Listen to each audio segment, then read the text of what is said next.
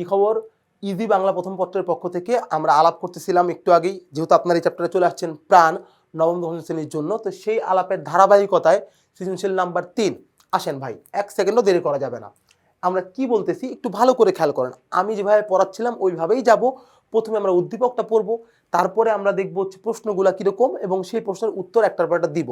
আর একটা কথা আমি বারবার বলে দিই, প্রত্যেকটা টপিকই বলার চেষ্টা করতেছি, এবারও বলতেছি, এই উত্তরগুলা কিন্তু নমুনা উত্তর বা আদর্শ উত্তর। আদর্শ মানে কিন্তু এটাই পারফেক্ট তা কিন্তু না, আদর্শ মানে আইডিয়াল, মানে এটাকে আপনি উদাহরণ হিসেবে কাউন্ট করতে পারেন।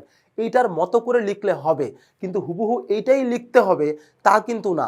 দ্বিতীয় কথা স্যার, কেন এটা লিখতে কোনো সমস্যা না স্যার? কোনো সমস্যা নাই, কিন্তু আমি যেটা বলার চেষ্টা করতেছি, বাংলা এই পরীক্ষাটা আপনাদের নেওয়া হয় কেন, সাবজেক্ট আপনাকে পড়া হয় কেন? আপনার ভাষা জ্ঞান বৃদ্ধির জন্য। এইবার আপনি যদি নিজের থেকে একটা ভাষা ব্যবহার করতে না পারেন, আপনি তো আমাদের সাহায্য নিচ্ছেন, আমরা হেল্পার, কিন্তু সাহায্যকারী যদি মূল লেখক হয়ে যায় তাহলে কিন্তু আপনার মান আসলে ডাউন হয়ে যায়। তো এই জন্য আমি বলবো, চেষ্টা করবেন স্যার মুখস্থ না করে জিনিসটা বুঝতে এবং তারপরে নিজের মতো করে লিখতে। আপনি যদি 2-1 নাম্বার কমও পান, ধরেন আমি হুবহু মুখস্থ করে লিখছি, আমি 1 নাম্বার বেশি পাইছি, আপনি নিজের থেকে ক্রিয়েটিভিটি বানায় লিখছেন, আপনি হয়তো 1 নাম্বার কম পাইছেন, তবুও আমি বলবো আপনি সার্থক। তার কারণ বাংলা যেই উদ্দেশ্যে দেওয়া হয়েছে ভাষাটা শেখা, সেই উদ্দেশ্য আপনার বেলায় সফল হয়েছে। বাংলা সাবজেক্টটা কিন্তু নাম্বার পাওয়ার জন্য দেওয়া হয় নাই। Clear sir? নিজের মাতৃভাষাটা প্রপারলি জানার জন্যই দেওয়া হয়েছে। ওকে স্যার, আসেন আর কথা না বাড়াই আমরা চলে যাই উদ্দীপকের মধ্যে কি আলাপ করা। দেখেন, মানব জীবনে কখনো সুখে ভরা, কখনো বেদনায় আচ্ছন্ন, হাসি ও অশ্রু, প্রাপ্তি ও বঞ্চনা, মিলন ও বিরহ, আসা ও যাওয়া, এই বিপরীত অনুভূতির মধ্য দিয়েই মানুষের জীবন প্রবাহিত হয়। এই বৈচিত্র্যই জীবনকে গতিময় ও অর্থবহ করে তোলে। দুঃখ না থাকলে যেমন সুখের মূল্য বোঝা যায় না, বিরহ ছাড়া মিলনের আনন্দ অসম্পূর্ণ থেকে যায়। কি অদ্ভুত একটা কথা বলছে। এইবার দেখেন, এই উদ্দীপকটা আমার কাছে খুবই মজা লাগছে স্যার। ক্লিয়ার? এই উদ্দীপকটা আমাদের কবিতার ডিরেক্ট অর্থ প্রকাশ করে না, এখানে মহৎ কর্মটর্ম বক্কর চক্কর কিছুই এখানে বড় কথা না। বড় কথাটা কি স্যার? মানব জীবন দুইটা বিপরীত পার্ট, একটা কয়েনের মতো এপিট ওপিট নিয়ে তৈরি হয়েছে স্যার। ক্লিয়ার? এই সুখ, এই দুঃখ, মানে আপনি দুঃখ স্যার, জীবনে দুঃখ না থাকলে ভালো হইতো এটা বলতে পারবে না। দুঃখ না থাকলে আপনি সুখ কোনোদিন বুঝতেন না। ক্ষুধা না থাকলে খাবারের মজা কি কোনোদিন হইতো না? ধরেন আপনার পেট অলওয়েজ ভরা, তাহলে আপনি কোনো খাবারের মজা পাইতেন? কাচ্চি, ধরেন আপনি যখন পেট ভরে যায় কাচ্চি বিরিয়ানি বা অন্য কোনো ভালো খাবার দেখলে বিরক্ত লাগে না স্যার, এখন খাইতে পারবো না? এখন ধরেন আল্লাহ করলো কি তোমাদের খাওয়ার এত প্যারা, আমাদের সবসময় ওই ফিলটা দিয়ে দিল যে সবসময় আমাদের পেট ভরা, একদম ভরপুর খায় আসছে এরকম ভরা, তাহলে জীবনে কি আপনি আর খাওয়ার আনন্দ পাবেন? পাবেন না স্যার। তার মানে খাওয়ার আনন্দ পাইতে হলে কিন্তু ক্ষুধার জ্বালাটা লাগবে, তৃষ্ণার জ্বালাটা লাগবে, এই কারণে যাতে পানি খাওয়ার আনন্দটা পাওয়া যায়। সারাদিন রোজা রাখার পর ইফতারে পানি খাওয়ার যে তৃপ্তিটা পাওয়া যায় স্যার, ওটা কিন্তু আপনি 2 গ্লাস পানি খাওয়ার পর খাইলে কিন্তু আপনি পাবেন না। তার মানে বিপরীত পথটা দরকারি আমাদের অন্য একটা পথকে উদযাপন করার জন্য। মানব জীবন একটা মজার ব্যাপার, দুইটা জায়গায়, দুই রকম জায়গাতে পা দিয়েই মানব জীবন চলে স্যার। এই মৃত্যু জন্ম দুটা মিলানো স্যার। ক্লিয়ার? এবং দেখেন কি বলতেছে, দুঃখ না থাকলে যেমন সুখের মূল্য বোঝা যায় না, বিরহ ছাড়া মিলনের আনন্দ অসম্পূর্ণ থেকে যায়। স্যার, বিরহ মানে দুঃখ বা দূরত্ব ছাড়া মিলনের আনন্দ। আপনার সাথে আমার অনেকদিন দেখা না হইলেই, আপনার আমার দেখা হইলে কি মজা হইতো, ওই ফিলটা পাওয়া যায় স্যার। ক্লিয়ার? কিন্তু রেগুলার দেখা হলে কিন্তু ওই ফিলটা পাওয়া যায় না। বুঝতে পারছেন? তার মানে দেখেন, রবীন্দ্রনাথ ঠাকুর যেই কথাটা বলতেছেন যে উনি মরতে চান না বা সামথিং, উনি কাজের মাধ্যমে বাঁচতে চান, হ্যাঁ, তো এইটারই একটা অন্য পার্ট উদ্দীপকে নিয়ে আসে। সেটা কি? রবীন্দ্রনাথ মরতে চান না কেন? তার কারণ, বা মৃত্যু কি বাদ দিয়ে দিলে চলবে স্যার? চলবে না। রবীন্দ্রনাথ মরতে চান না এই কারণে, তার কারণ মৃত্যু আছে। মৃত্যু যদি না থাকতো তাহলে রবীন্দ্রনাথ অবশ্যই মরতে চাইতো, যে ভাই এত বাঁচতে ভাল লাগে না, কারণ বাঁচার আনন্দ ও তখনই পাচ্ছে মৃত্যু আছে বলে। Clear sir? এই কথাটি উদ্দীপকের মধ্যে বলা, একটা বিপরীতমুখী সম্পর্কের কথা এখানে বলা। খুবই ইন্টারেস্টিং উদ্দীপক এবং গভীর উদ্দীপক আর কি। উদ্দীপকটা আমার কাছে খুবই ভালো লাগছে। এক, প্রাণ কবিতাটি কোন কাব্যগ্রন্থে নেওয়া স্যার? কোরীয় কোমল কাব্যগ্রন্থ থেকে নেওয়া স্যার। এটা আপনারা সবাই জানেন, প্রথমেই আমরা পড়তেছিলাম, তবুও একটু আমরা চেক দিই স্যার। আসেন, যেটা ভাবছিলাম সেটাই স্যার। রবীন্দ্রনাথ ঠাকুরের প্রাণ কবিতাটি কোরীয় কোমল কাব্যগ্রন্থ থেকে সংগ্রহ করা স্যার। ক্লিয়ার? শুরুর দিকের কাব্যগ্রন্থ তো, তখন উনি ছোট ছিলেন, ছোট বলতে একদম ছোট না, যৌবনে ছিলেন আর কি। তো ওই সময় কাব্যগ্রন্থগুলো অনেক মিষ্টি মিষ্টি নামে উনি লিখতেন আর কি। হ্যাঁ, মানসী ওই সময় লেখা আর কি, মানসী, চিত্রা, এগুলো ওই সময় লেখা। সোনার তরী আবার পরে লেখা আর কি। ওকে স্যার, বা শেষ লেখা, এগুলো পরে লেখা। ওকে, আগাই স্যার। প্রাণ কবিতাটি কোরীয় কোমল কাব্যগ্রন্থ থেকে সংগ্রহীত। এবার ধরায় প্রাণের খেলা বলতে কবি কি বোঝাতে চেয়েছেন? ধরা মানে পৃথিবী, এই ধরাতে প্রাণের খেলা বলতে কবি কি বুঝতে চাইছেন স্যার? এই পুরো পৃথিবীতে নানা ধরনের প্রাণের উদযাপন হচ্ছে, এই জন্মাচ্ছে এই পতন হচ্ছে। একটা ফুল ফোটার মধ্যে প্রাণ আছে, একটা জোনাকির ওড়ার মধ্যে প্রাণ আছে, বাতাসের প্রবাহের মধ্যে প্রাণ আছে। সারা পৃথিবী জুড়ে যেন খালি জীবনের আনন্দ, জীবনের উদযাপন। আপনি আশেপাশে তাকায় দেখবেন, আমি এখানে রবীন্দ্রনাথের আরেকটা লেখাকে রেফারেন্সে টানি, যদিও এই লেখার মধ্যে লাইন না, কিন্তু রবীন্দ্রনাথের একটা বিখ্যাত মৃত্যু নিয়ে গান আছে, যখন পড়বে না মোর পায়ের চিহ্ন এই বাটে। হ্যাঁ, তো ওই গানের লাইন বলতেছে আমি যখন থাকবো না তখন কি কি হবে আর কি।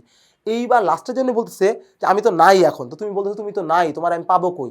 তখন রবীন্দ্রনাথ উত্তর কি দিচ্ছে, দেখো কে বলে কো এই প্রভাতে নেই আমি, সকল খেলায় খেলার সাথী হয়ে আছি সেই আমি। মানে উনি বলতেছে এই যে জীবনের সকল খেলা, রাখাল বালক ছুটতেছে, একটা প্রজাপতি উঠতেছে, ওর মধ্যেই আমি লুকে আসি।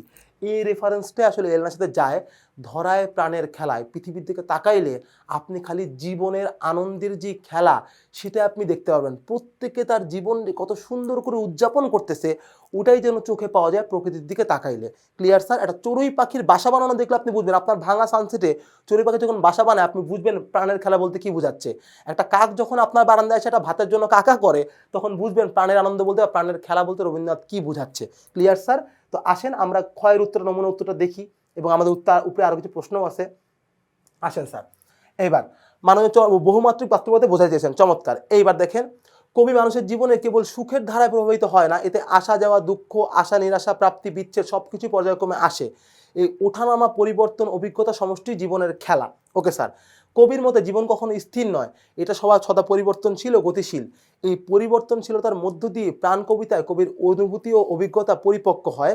তাই প্রাণের খেলা বলতে কবি চির চলমান, রঙিন ও বৈচিত্র্যময় প্রবাহকেই নির্দেশ করেছেন। স্যার এইটা বড় কথা, আশা নিরাশা এটা বাদ, মানে বাদদান বলতে কি প্রাণের খেলার মধ্যে আশা নিরাশাটা ঠিক পুরো যায় না স্যার, কিন্তু ভালো যায় হচ্ছে এটা, এটা দিয়ে সমস্যা নাই যেহেতু নমুনা উত্তর, কিন্তু ভালো যায় এইটা স্যার। তাই প্রাণের খেলা বলতে জীবনের চির চলমান, রঙিন ও বৈচিত্র্যময় প্রবাহকে নির্দেশ করে স্যার।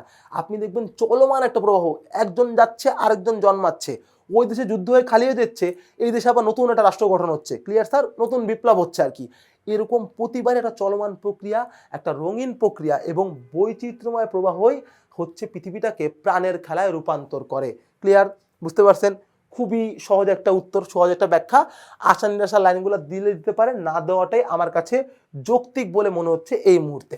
এইবার আসেন গতে স্যার, খেয়াল করবেন, উদ্দীপকের সাথে প্রাণ কবিতার কোন দিক থেকে সাদৃশ্য আছে ব্যাখ্যা করো। স্যার উদ্দীপকটা কি ছিল আপনাদের মনে আছে না? আশা করি মনে আছে, বললেন না মনে নাই? তারপর আপনারা মনে করাচ্ছি। এই দেখেন, হ্যাঁ, মানে মানব জীবন দুঃখে ভরা। আগে বললাম দ্বৈত কথাবার্তা, যে দুঃখ না থাকলে সুখ বোঝা যায় না, মৃত্যু না থাকলে জীবন কোনোদিন আনন্দময় হইতো না, ঘুম না থাকলে জেগে থাকার মজাটা পাইতাম না, আবার না জাগলে ঘুমের আনন্দও পাইতাম না স্যার। ক্লিয়ার? তো তার মানে দেখেন স্যার, উদ্দীপকের সাথে কবিতার কোন জায়গাটার মিল আছে বলতে পারেন? গতে একটু ভাবেন স্যার, আমার প্রশ্নটা আবারও দেখি আপনার ভাবতে ভাবতে।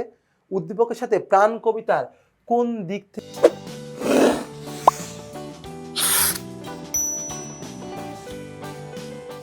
থেকে সাদৃশ্য আছে? কোন দিক থেকে সাদৃশ্য আছে স্যার? জীবন যে আসলে সব কিছুকে নিয়েই জীবন, কোনো একটা পার্টকে বাদ দিয়ে জীবন হয় না। আমরা মরতে চাই না, তার কারণ মৃত্যু আছে, মৃত্যু না থাকলে আমরা অবশ্যই মরতে চাইতাম। ওকে স্যার, এই কথাটাই কবি সাহেবের সাথে এবং উদ্দীপকের সাথে মিলে যায় স্যার। কীরকম আসেন দেখি। প্রাণ কবিতায় কবি, আচ্ছা ওদিকে আর না যাই স্যার, এখান থেকে শুরু করি। তিনি মানুষের মনজয়ী রচনা সৃজনের মাধ্যমে অমর হয়ে থাকতে চান। জগতের রূপ রস গন্ধ কবিকে মোহিত করেছে, তিনি মানুষকে ভালোবাসেন, মানুষের সুখ দুঃখ, আনন্দ বিরহ মিলন তাকে দোলা দেয়। তাই তিনি উদার কণ্ঠে বলেন, মরিতে চাহি না আমি সুন্দর ভুবনে।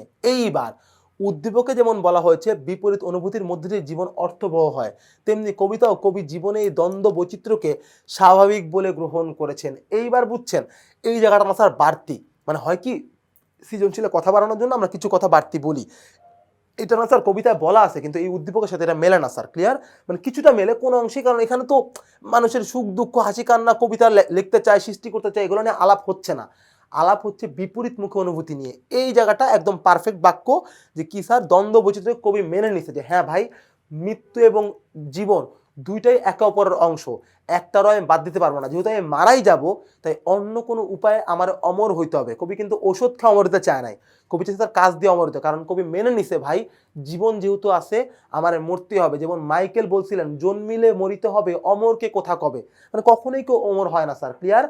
চিরস্থির কবে নীর হায় রে জীবন নদে, কি সুন্দর লাইন মাইকেলের, যে চির স্থির কবে নীর, কবে পানি স্থির হয়ে থাকে স্যার, হায় রে জীবন নদে, জীবনের এই পানিতে, পানি জীবনের এই নদ মানে নদীতে স্যার কখনোই পানি স্থির থাকে না, ও চলতেছে, মানে কেউ মরে কেউ বাঁচে, আবার মরে আবার বাঁচে, এই চলতে থাকে। দেখেন কবি বা লাস্টে কি বললো, আচ্ছা বিপরীত গ্রহণ করেছেন। এই কবিতায় জীবনের সুখ দুঃখকে অস্বীকার নয় বরং মেনে নেওয়ার এক গভীর জীবনবোধ প্রতিফলিত হয়েছে। ক্লিয়ার স্যার, মানে বিপরীত দুইটারে নিয়েই বাস্তবে স্যার, একটা ছাড়া একটা তো ভ্যালুলেস স্যার। ওকে, এবং কি বললো, মানব জীবনে গভীর বাস্তবতা ও জীবন দর্শন প্রকাশ পেয়েছে। কবি বলেছেন পৃথিবীতে প্রাণের খেলা চিরতরঙ্গিত, অর্থাৎ জীবন কখনো স্থির নয়, তার ঢেউয়ের মতো পাশাপাশি অবস্থান করে। তাহলে আমি মাইকেলের যে লাইনগুলো বললাম দেখছেন, এখানে কিন্তু ওই লাইনগুলো একদম মিলে যাচ্ছে। আপনি ওই লাইনগুলো কিন্তু চাইলে উল্লেখ করতে পারেন, আরেকবার রিক্যাপ পিছিয়ে যায় শুনে লিখতে পারেন আর কি। হ্যাঁ, আর কবিতার নাম হচ্ছে বঙ্গভূমির প্রতি, তো আপনারা অনলাইনে সার্চ দিলে আপনারা ওখান থেকে লাইনটা পেয়ে যাবেন আমি আশা করি স্যার। ওকে, তো দেখেন কি বললো, তার ঢেউয়ের মতো পাশাপাশি অবস্থান করে এবং হাসি অশ্রু একই জীবনের অবিচ্ছেদ্য, বিচ্ছেদ মানে বুঝেন না, জ্বালা ব্রেকআপ না স্যার, বিচ্ছেদ মানে ছিঁড়ে ফেলা, অবিচ্ছেদ্য মানে যা ছেঁড়া যায় না, আলাদা করা যায় না, অবিচ্ছেদ্য অংশ মানে একই জীবন অবিচ্ছেদ্য। তাই বলা যায় উদ্দীপকের সাথে প্রাণ কবিতার দার্শনিক দৃষ্টিভঙ্গির মিল রয়েছে। এইবার উত্তরটা পারফেক্ট, উদ্দীপকের সাথে আমাদের কবিতার ফিলোসফিক্যাল জায়গাটায় মিল আছে স্যার, যে আসলে লাইফে বাঁচতে হলে দুইটা সাইডকে নিয়েই বাঁচতে হবে, একটা সাইড নিলে বাঁচলে হবে না স্যার। এখানে আমি আপনাদেরকে একটু এক্সট্রা পড়ার সাথে একটা এক্সট্রা জ্ঞান দিই আপনাকে আর কি, সেটা হচ্ছে ধরেন আমাদের সমস্যাটা কোথায় হয় স্যার, মানে মানব জীবনের সমস্যাটা কোথায় হয়, ধরেন আপনার আমার কোনো একটা জিনিস পছন্দ না, ধরেন আমার দাড়ি আপনার পছন্দ না, আপনি বললেন সাকিব স্যার আমার ভালো লাগে না কারণ আমার মুখে অনেক দাড়ি, উনি ভালো লোক না আর কি। Clear sir, very good. আবার কারো একজনের আমার এই ফুলহাতা শার্ট পছন্দ, কেউ বলে সাকিব স্যার আমার অনেক ভালো লাগে, তার ফুলহাতা শার্টটা আমার পছন্দ, উনি একটা সেরা লোক। ক্লিয়ার স্যার, কবি সাহেব বলতেছেন, আমি বলতেছি, উদ্দীপক বলতেছে দুইটা সিদ্ধান্তই ভুল। ক্লিয়ার স্যার, তোমার যা ভাল লাগে তা দিয়ে তুমি সেরা বলতে পারবা না, আবার তোমার যা মন্দ লাগে তা দিয়ে তুমি একটা লোকের মন্দ বলতে পারবা না। সাকিব স্যার কিন্তু এই মন্দ দাড়ি এবং ভালো শার্ট দুইটার সংমিশ্রণে তৈরি, তোমাকে দুই দিক থেকেই বিচার করতে হবে, একটা বাদ দিয়ে আরেকটার বিচার করা মানে সাকিব স্যারের বা কোনো কিছুর রং বিচার করা স্যার। আপনি দেখবেন রাজনৈতিক ইতিহাসে, নারী পুরুষের সম্পর্কে, বন্ধুত্বে, পারিবারিক ব্যাপারে সব জায়গাতে আমরা এই কাজটা করি স্যার। পাকিস্তান খারাপ, ইন্ডিয়া ভালো, ইন্ডিয়া খারাপ, অস্ট্রেলিয়া ভালো, অস্ট্রেলিয়া খারাপ, ইংল্যান্ড ভালো, এইটা হয় না স্যার। তার এই কাজটা ভালো, এই কাজটা মন্দ, দুইটা মিলে সে তৈরি হয়, কারণ জীবনের কাজই এটা, ডান আর বাম নিয়ে আমার চলতে হবে, আমি একলা চলতে পারবো না, শুধু ভাত খাইলেও সমস্যা, শুধু তরকারি খাইলেও সমস্যা স্যার, দুইটা ব্যালেন্স করাটাই জীবনের মূল সত্য। ওকে স্যার, এইবার আমরা সামনের দিকে আগাই, ঘতে চলে যাই স্যার।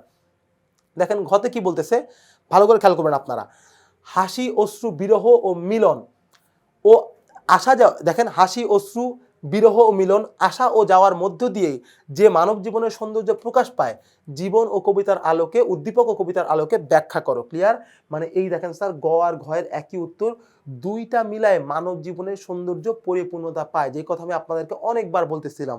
ক্লিয়ার স্যার, যে আপনি মানে বৃষ্টি না হইলে রোদের মজা বুঝবেন না, শীতকাল না থাকলে গরমের মজা, যে এখন রোদ উঠে এখন অনেক খুশি আর কি, ঠিক 2 মাস পর দেখবেন রোদ উঠলেই লোকজন বিরক্ত হচ্ছে, ভাই এত রোদ কেন, হ্যান কেন, ত্যান কেন, বক্কর চক্কর, এই গরমে ভাল লাগে না, জাহান্নামের আগুন শুরু হয়েছে। ক্লিয়ার স্যার, কারণ আপনি তখন শীতের মজা মিস করতেছেন, আবার প্রচণ্ড শীত পড়লে এত ঠান্ডা কেন, একটু গরম হইলে ভালো হয়, তখন আপনি গরমের মজা মিস করতেছেন। তার মানে কি, এইটাই সত্য স্যার, আমি যদি দুইটা পার্টের দুইটাকেই টেস্ট করতে না পারি, আমি আসলে কোনোটারই মজা পাবো না। ক্লিয়ার স্যার, যে সারা জীবন ঘরেই ছিল একদম ফার্মের মুরগির মতো লুতুপুতু করে স্যার, ক্লিয়ার, কখনো গৃহহীন ছিল না, কখনো রাস্তায় কড়া রোদে দাঁড়ায় নাই, সে আসলে জানেই না ঘরে থাকার আনন্দটা কোথায়। ক্লিয়ার স্যার, কিন্তু যেই লোকের ঘর নাই, মাথার ছাদ নাই, সে জানে একটা ছাউনির আনন্দটা কোথায়, মজাটা কোথায় স্যার। ক্লিয়ার, বা আপনি দেখবেন আমি এমনিই বলতেছি কথা, আপনারা কেউ ইগোতে নিয়েন না, কারণ এই বই আমরা যারা পড়তেছি, আমার কাছে পার্সোনালি মনে হয় খুব দরিদ্র পরিবারের কেউ এই বই কেনার কথা না স্যার। তো আপনার মোটামুটি সবাই আমাদের একই অর্থনৈতিক থেকে বিলং করেন, আপনারা রেস্টুরেন্টে যান, ঢাকা শহর ঢাকার বাইরেও দেখবেন স্যার, দামি রেস্টুরেন্টে ওয়েস্টিং ফুডের পরিমাণ অনেক। আমি এটা খুব অকওয়ার্ড, অন্যের টেবিলের দিকে তাকায় থাকা খুব খারাপ একটা কাজ, কিন্তু আপনি তাকায় দেখবেন, কখনো আমি এটা দেখি মাঝে মাঝে খেয়াল করি, যে দামি একটা রেস্টুরেন্টে গেলে সেখানে ম্যাক্সিমাম প্লেটে খাবার রয়ে যায়, মানে সে খাচ্ছে, আমি বলতেছি না যে নষ্ট করতেছে, বাট সে তারও খাওয়াটাই অতটুকু, খাওয়ার পরে আর ভালো লাগছে না, থাক, খাবারটা রয়ে যায়, এবং যেটা হওয়ার সেটাই হয়, দামি রেস্টুরেন্ট অনেক দাম দিয়ে রাখে, তারা খাবারটা নিয়ে ডাস্টবিনের মধ্যে ফেলে দিচ্ছে। একটা গরিব হোটেলে যাবেন স্যার আপনি, যেখানে 30 টাকায় ডিম ডাল দিয়ে ভাত পাওয়া যায় এই জাতীয় স্যার, আপনি দেখবেন ওই লোকটা একদম আঙুল দিয়ে কাছায় খাচ্ছে, কারণ কি, ওর খাবারের অভাব বলেও খাবারের মূল্যটা বোঝে স্যার। কিন্তু দামি রেস্টুরেন্টে আপনি আমি যখন যাই, আমাদের তো আল্লাহ আমাদের অভাবটা দেয় না, আমাদের ভাগ্য ভালো আলহামদুলিল্লাহ। এই কারণে আমরা অনেক নিষ্ঠুর, আমরা না ওই খাবারের মূল্যটা বুঝি না স্যার। ক্লিয়ার? এইটাই এই 4 নাম্বার লাইনে বলা হয়েছে, এইটাই উদ্দীপক এবং কবিতার এই ভাবটাতে মিল পাওয়া যায়। আসেন, আমি অনেক ব্যাখ্যা দিছি, অনেকগুলো উদাহরণ দিছি, আপনারা অবশ্যই সৃজনশীল উদাহরণগুলো উল্লেখ করতে পারবেন, কোনো সমস্যা নেই, বরং প্রশ্নের মানটা আরও বৃদ্ধি পাবে। আমি এর সাথে একটু রিডিংয়ে যাই স্যার, অল্প একটু হলে রিডিংয়ে যাই। দেখেন, রবীন্দ্রনাথের দৃষ্টিতে জীবন কোনো একমুখী সুখের পথ নয়। এই যে যেটা আমি বললাম যে একটা দিয়ে কখনো আপনি মজা পাবেন না স্যার, দুইটা লাগবে স্যার। ক্লিয়ার? এটি বহু রঙের অনুভূতির সমাহার। এই বৈচিত্র্যকে জীবনের গভীর ও অর্থবহ করে তোলে। দুঃখ মানুষকে সংবেদনশীল করে আর সুখ জীবনকে আনন্দময় করে। বিরহ মিলনের আকাঙ্ক্ষা বাড়ায় আর মিলন জীবনের পরিপূর্ণতার স্বাদ দেয়। খেয়াল করছেন? একটা আরেকটা টানে স্যার। ক্লিয়ার? প্রাণ কবিতা রবীন্দ্রনাথ ঠাকুরের জগতের হাসি কান্না, মান অভিমান, ভালোবাসা আবেগের পাশাপাশি আকর্ষণীয় সুন্দর দিকটির মধ্য দিয়ে জীবনের সৌন্দর্য প্রকাশ করেছেন। তার মতে পৃথিবীর নরনারী সুখ দুঃখ বিরহ সৃষ্টিতে ঠাঁই দেওয়ার মাধ্যমেই তিনি অমর হবেন। ওকে স্যার, এইবার উদ্দীপকে মানব জীবন আরো প্রতিকূলতা সামথিং বলা, আমরা ফিনিশিংয়ে যাচ্ছি আর কি। উদ্দীপকে বলা হয়েছে সুখ ও দুঃখ পরস্পরের পরিপূরক, একটির অনুভূতিতে অন্যটির মূল্য অনুধাবন করা যায় না। ঠিক তেমনি কবিতাও দেখেছেন যে জীবনের খেলায় অভিজ্ঞতায় মৃত্যু চরম সত্য। Clear sir? মানে জীবনের খেলায় স্যার আপনি যেখানে আছেন স্যার, সেখানে ওই অভিজ্ঞতাটা স্যার মৃত্যুটাই জীবনের চরম সত্য স্যার, আপনি মারা যাবেন এটাই জীবনের চরম সত্য, কবি বলতেছে। তবে তিনি এটাও উপলব্ধি করেছেন যে জগৎ মায়াময়, এবং মায়াময় কেন একটু লিখবেন, কবি মৃত্যুবরণ করবে তাই জগৎ মায়াময়। জগতের এত মায়া কারণ কি স্যার? আপনি একদিন ছেড়ে যাবেন। ক্লিয়ার? যেটা ছেড়ে যাবেন না ওটার প্রতি মায়া কম থাকে স্যার। ক্লিয়ার? এই পৃথিবী ছেড়ে কেউ যেতে চায় না। প্রকৃতপক্ষে যে মর্তপ্রীতি কবি অনুভব করেছেন সেখান থেকে উচ্চারিত হয় তার সৃষ্টিকর্ম। আচ্ছা, এই জায়গাটা আমরা আবারও অফ দিই স্যার, এই যে মহৎ সৃষ্টিকর্মটা এটা সবসময় আনার দরকার নাই স্যার, এখানে এটা রিলেটেবল না। ওকে, মানে এটা দিতে পারেন বাট এটা বাড়তি লাইন, এটা না দিলেও চলবে। এইবার, যে জীবনের খেলায় বিরহ মিলন হাসি অশ্রু যাওয়া আসা একসঙ্গে বিদ্যমান, তাই বলা যায় জীবনের এই দ্বন্দ্ব ও বৈচিত্র্যের মধ্য দিয়েই মানব জীবনের প্রকৃত সৌন্দর্য ও সার্থকতা প্রকাশ পায়। ক্লিয়ার? অর্থাৎ জীবনের এই দ্বন্দ্ব মুখর দুইটা সম্পর্কের মধ্য দিয়ে মানুষ তার জীবনের প্রকৃত যেই সৌন্দর্য এবং সার্থকতা সেটা ফিল করতে পারে। মানে দুইটা ভ্যারাইটি না থাকলে, শুধু একরকম থাকলে আমরা কখনোই জীবনানন্দ ঠিক মতো উপলব্ধি করতে পারতাম না। Clear sir? অনেক উদাহরণ দিলাম, টুকটাক রিডিংও দিলাম, আশা করি আপনারা মিলে এখন লিখতে পারবেন। তো আর কথা না বাড়াই, কারণ ওই দেখেন আমার পিছে সবসময় একজন একজন উকি দেয়, আবার 4 নাম্বার জন উকি দিচ্ছে, ওরে বিরক্ত না করি, ও আমার জন্য অপেক্ষা আছে, তাড়াতাড়ি ওর কাছে চলে যাই। তাহলে আসেন দ্রুত আমরা ওখানে যাই। আল্লাহ হাফেজ সবাই।